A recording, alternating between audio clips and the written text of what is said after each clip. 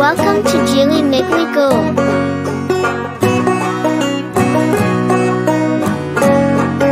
Once upon a time in a lush green forest, there lived a clever fox named Felix.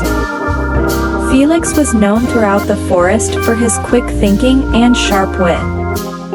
One sunny afternoon, as Felix wandered through the forest in search of a tasty meal, he came across a beautiful vineyard. The vineyard was bursting with ripe, juicy grapes hanging from a trellis.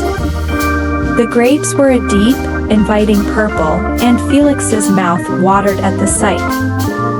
He could almost taste their sweetness and imagine how they would quench his thirst.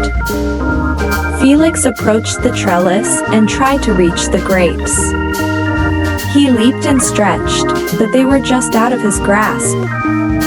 Determined to get the delicious fruit, Felix made several attempts, using all his cunning and agility. But no matter how hard he tried, the grapes remained tantalizingly out of reach. After a long struggle, Felix grew tired and frustrated. He looked up at the grapes, now glowing in the golden sunlight, and sighed. "These grapes must be sour," he said to himself. "They're not worth the effort. I'm sure they're not as sweet as they look." As Felix rested, he thought about how he had let his frustration turn into disdain. He realized that sometimes when we can't achieve something we desire, it's easy to convince ourselves that it wasn't worth having in the first place. From that day on, Felix learned a valuable lesson.